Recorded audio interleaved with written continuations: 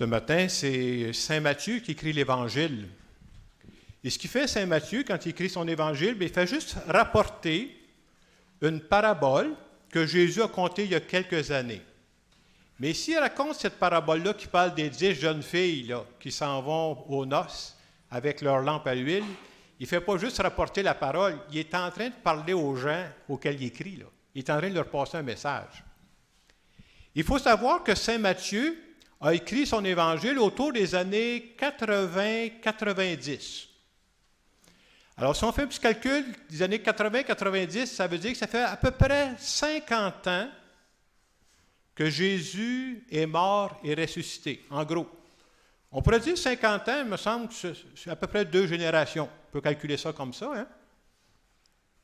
Il faut savoir que n'importe quel groupe qui commence, c'était vrai pour les chrétiens, mais n'importe quel, vous partez un groupe, là, au début, là, vous savez comment ça marche? Le feu est pogné, là. Ça marche. Tout le monde veut embarquer. Ah ouais, au maximum. Ces gens-là voulaient vraiment mettre en pratique puis vivre le message que Jésus avait laissé. Ces gens-là étaient convaincus, les premiers chrétiens, là, ils étaient convaincus qu'ils avaient une mission spéciale à accomplir, puis que c'était essentiel. Ça valait la peine de se lever le matin. Il y avait quelque chose à faire. En plus, on sait aussi par l'histoire, les autres, ils croyaient ça à cette époque-là, ils pensaient que Jésus va revenir le mois prochain, ou dans 2 mois, là. Pas plus tard que ça. Là. Hey, ça marchait à la planche, là, ce monde-là.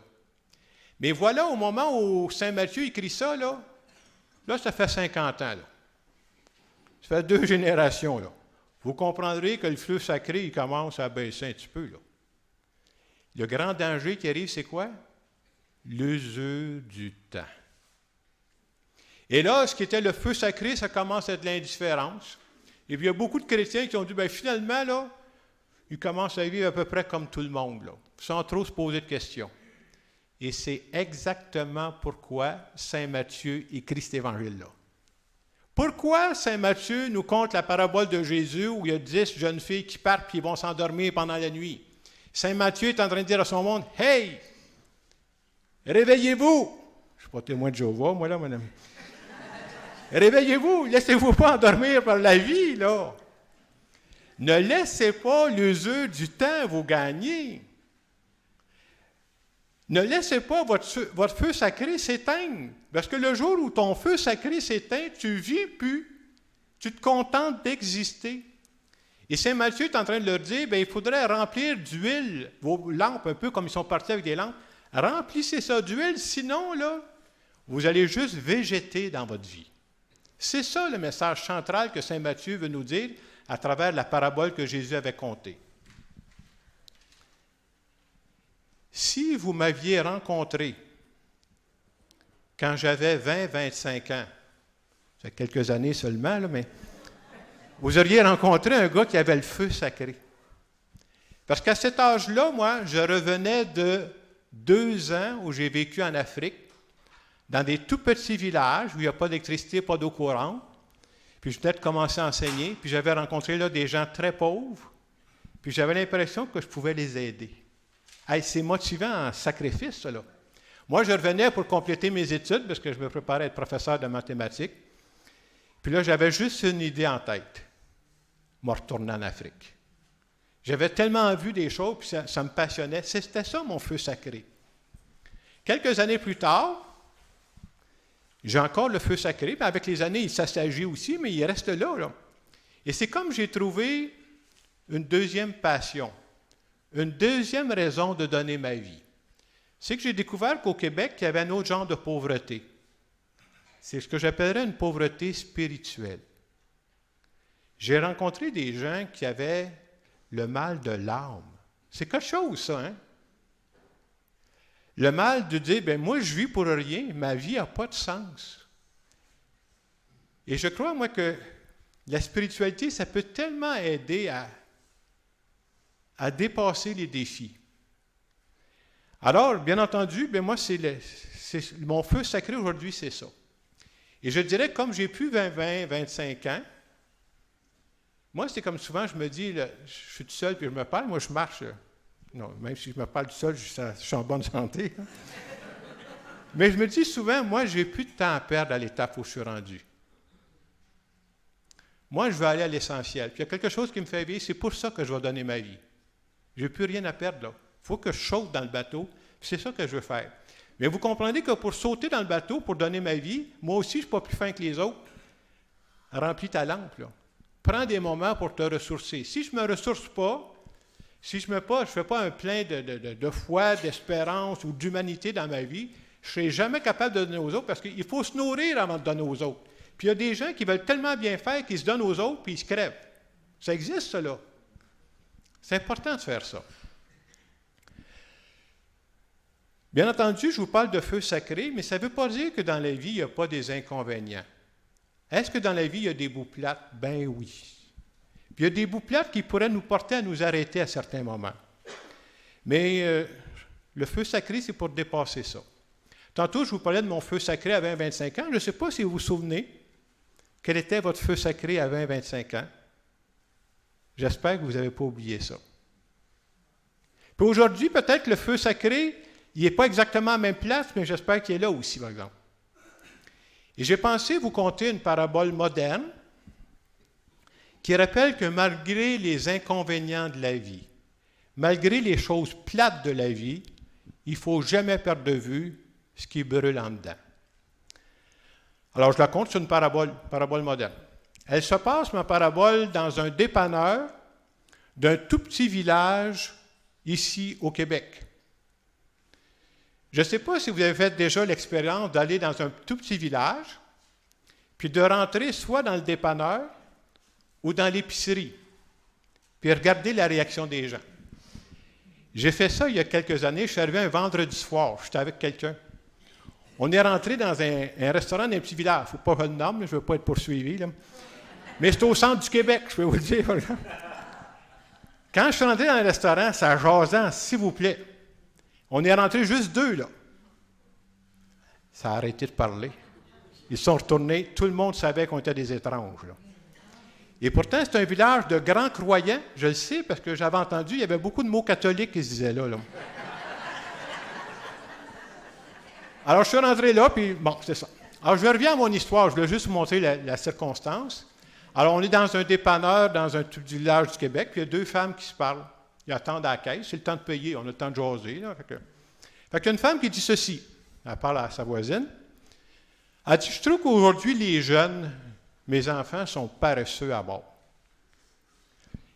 Ils font rien pour garder la maison propre. Elle dit, moi, je mets des heures pour garder ça propre. Ils me mettent tout ça à l'envers dans pas grand temps. Là.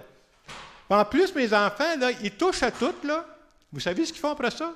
Ils vont se mettre les mains sur les murs. Fait que quand tu rentres dans la maison chez nous, c'est plein de taches chez les murs. Là. Puis moi, quand je reçois de la visite, c'est qui passe pour la malpropre? C'est moi ici. Là. Puis elle dit, d'autres fois, là, j'arrive chez nous, puis je rentre chez nous, la musique est à tue-tête. Là. Puis ça, c'est quand la chicane n'est pas pognée. Là. Puis si moi, j'ose leur dire que ça n'a pas d'allure, là, vous savez ce qu'ils font? Ils se mettent à bouder, puis ils se mettent à claquer des portes. Alors, pendant que ces deux femmes-là parlaient, il y a une troisième femme qui s'avance, qui était un peu comme moi tantôt, elle ne venait pas de ce village-là. Puis elle s'avance, puis elle dit à la madame ceci. Madame, et que vous êtes chanceuse. Je trouve que vous êtes très chanceuse. Parce que je peux vous dire que chez nous, la maison est très propre. Il n'y a pas de doigts sur les murs. Il n'y a pas de porte qui se claque chez nous. Ben, je veux juste vous dire que moi, j'avais 2 enfants, puis ils sont morts dans un accident d'auto. Moi, je vis tout seul avec mon mari dans la maison. Je peux vous dire que chez nous, c'est tranquille à mort. On entend voler les mouches chez nous. Il n'y a pas de chicane chez nous. On ne se parle pas. Mais en même temps, quelle tristesse, parce que quand j'entre chez nous, moi, il n'y a plus jamais personne qui dit « Je t'aime, maman ». Ça n'existe pas, ça. Vous savez, si je retournais chez nous, puis que mes enfants étaient là, la première chose que je ferais, je les prendrais, puis je les embrasserais, puis je leur dirais que je les aime. Parce que ces enfants-là, bien, c'est ce que j'ai de plus précieux, puis tous ceux qui sont maman ici vont être d'accord avec ça, hein? Et en même temps, elle était réaliste, cette femme-là, elle parlait à ces femmes-là. Bien, je sais qu'éduquer des enfants, là, c'est quelque chose. Je t'ai pour dire, je le sais, moi, on me l'a dit. C'est un moyen défi, hein? Mais ce qu'elle a dit à ces deux femmes-là, de temps en temps, prenez un break. Prenez une pause, sinon vous ne serez pas capable d'y arriver. Prenez le temps pour recharger vos forces. Prenez le temps pour vous changer les idées. Prenez le temps pour ne jamais oublier que votre plus grande richesse, c'est vos enfants. Essayez de vous rappeler quand vous avez commencé, quand ils sont venus au monde, là. Hey, c'était quoi votre feu sacré, là? Qu'est-ce qui vous faisait vivre? Bien, c'est eux autres, là. Ne laissez pas l'usure du temps vous gagner. Et je trouve que le message de Saint Matthieu, là, ça marche en 2023, ça, cette affaire-là. Hein? C'est très important. Ne pas laisser l'usure du temps nous gagner. C'est important de raviver notre feu sacré. C'est ce qu'on essaie de faire, entre autres, à travers nos célébrations, pour dire, moi, là, je ne veux pas me contenter d'exister. Je veux vivre. Puis le temps passe. Hein? Moi, j'aime souvent dire, le temps qui me reste, je ne veux pas faire n'importe quoi avec ça. Je suis décidé à foncer pour donner le meilleur de moi-même pour la génération où je vis. Je vais juste faire, avant de faire une conclusion, faire un petit mot, faire un rappel. Vous savez, la semaine passée, on vous a passé des feuilles dans lesquelles on peut s'inscrire pour différentes tâches, soit pour les célébrations, lire, servir.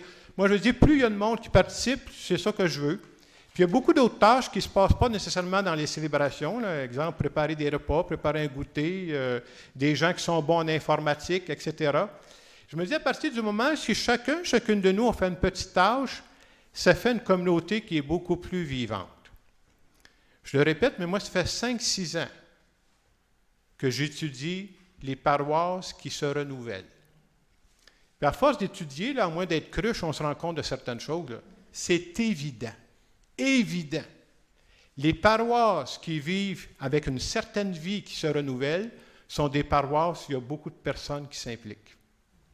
Un curé tout seul, ça vaut 0 avec une barre. Moi, est-ce que je suis prêt à faire ma part? Ah oui, ça, je peux vous le dire, par exemple. Moi, c'est ça. Mais plus on pourra, ça peut être juste une petite tâche, mais plus on va être nombreux à s'impliquer, je suis convaincu que sur les années, on va voir une différence dans ce qui va se passer. Alors, je vous invite, ceux qui ont des feuilles ou en arrière, je vous invite à laisser ces feuilles-là, puis nous autres, on va faire une compilation. Puis vous savez, pas besoin d'être là toutes les fins de semaine. Là. On se remplace toutes les fins de semaine, puis comme on est plusieurs, on peut faire, on tourne comme ça.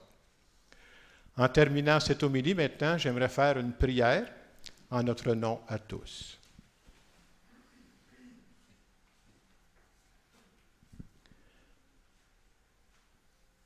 Seigneur, ce matin, je suis venu dans cette église pour faire le plein d'huile, plein de ton huile.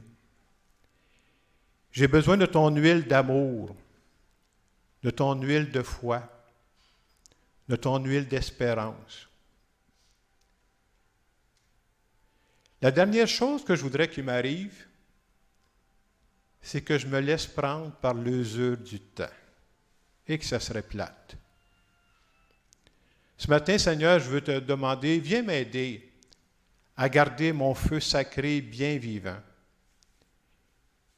Et je veux te dire merci de faire partie de ma vie. Amen. Tantôt, je vous demandais, je ne sais pas quel était votre feu sacré à 20-25 ans. Aujourd'hui, ça ne m'intéresse plus.